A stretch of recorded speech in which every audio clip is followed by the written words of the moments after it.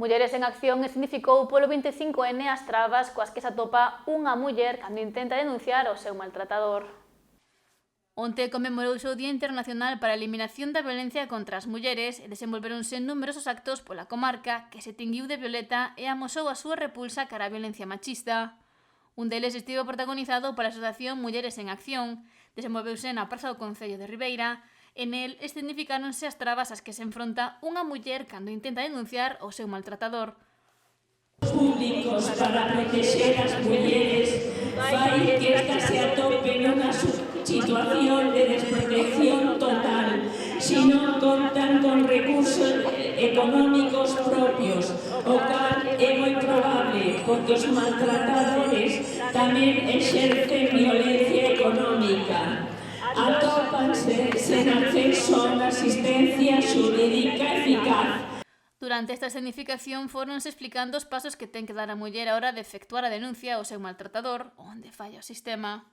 Moitas mulleres atópanse con situacións nas que as institucións e as persoas non as atenden ni as protexen adecuadamente. Ou, o que é peor, pode sentirse presionada a reconciliarse, pode sentir que non ten alternativa.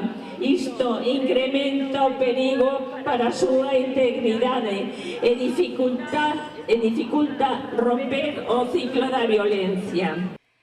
E se destacou o bo labor que realizan moitos profesionais, ademais de recordar o dereito de todas as mulleres a seguir vivas. Logo a representación das trabas que se atopa unha muller cando intenta denunciar o seu maltratador foi a quenda das homenaxes. Escribironse os nomes das vítimas da violencia de xénero do último ano e realizouse unha ofrenda floral en memoria de Andrea Iturri, veciña de Palmeira, asasinada presuntamente polas súas parella hai case 2 anos. Cuxo xuicio parece ser que vai sair en breve. Esta é unha boa nova para a súa familia, porque non precisan que se prolongue a súa agonía, porque a morte dunha filla é un drama que ninguén debería vivir, e menos a mans de outra persoa. Polo tanto, canto antes actúa a xusticia, antes poderá esa familia intentar pechar un anaquiño da súa ferida, que non se vai cerrar nunca, obviamente. No acto compartíronse as cifras dos últimos anos dende a entrada en vigor da Lei de Protección de Víctimas de Agresión Sexual e afirmouse que os centros de crise non están a funcionar como deberían. Porque as institucións non están a cumprir.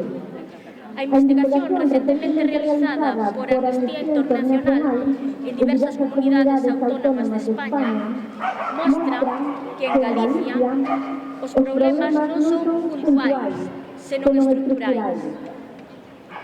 A información é inaccesible e a atención telefónica que non funciona como debe.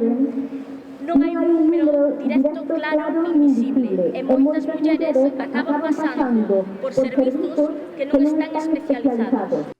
Decenas de persoas achegáronse á Praza do Concello ribeirense para amosar o seu resitamento á violencia contra as mulleres, algo afirmaron contra o que hai que seguir loitando os 365 días do ano.